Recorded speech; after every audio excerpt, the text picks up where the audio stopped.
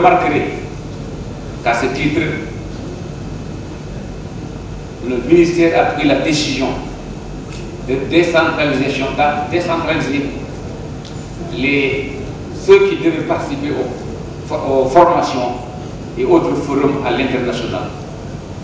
Quelques-uns d'entre vous ont déjà été contactés pour effectivement aller participer à des forums et autres formations aux États-Unis ou ailleurs. Donc notez qu'à partir de maintenant, ceux qui seront choisis ne seront pas nécessairement au niveau de l'administration centrale. Mais nous choisirons en cas de demande pour effectivement parfaire la formation de tous, des magistrats qui sont à Matam, d'autres qui sont à Saint-Louis, d'autres qui sont à Ziguinchor, afin que tous soient au même niveau de formation et que tous effectivement se sentent concernés et que tous puissent avoir le même niveau de compétence, de compréhension des données actuelles du monde. Je tenais effectivement à informer cette décision à tous qui sont présents.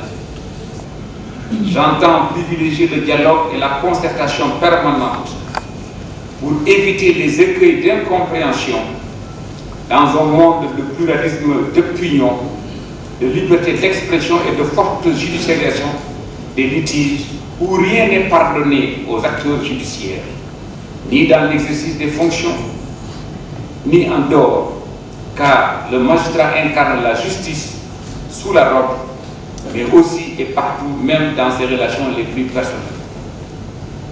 Au regard de ces suggestions, l'État se doit de vous accorder une écoute soutenue pour vous garantir les conditions optimales d'exercice de vos fonctions.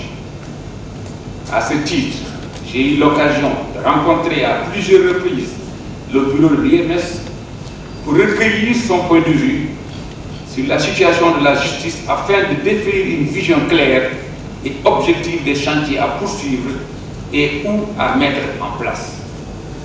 L'achèvement des chantiers entamés et la construction d'infrastructures dignes de la justice sont également sur mon tableau de bord.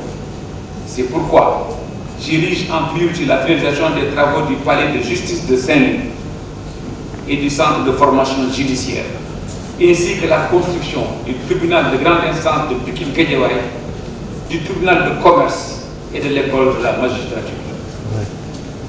Le renouvellement du matériel roulant en aussi une perspective, et même si le gap ne peut pas être résorbé d'un seul coup, j'en conviendrai, des efforts importants seront entrepris dès cette année.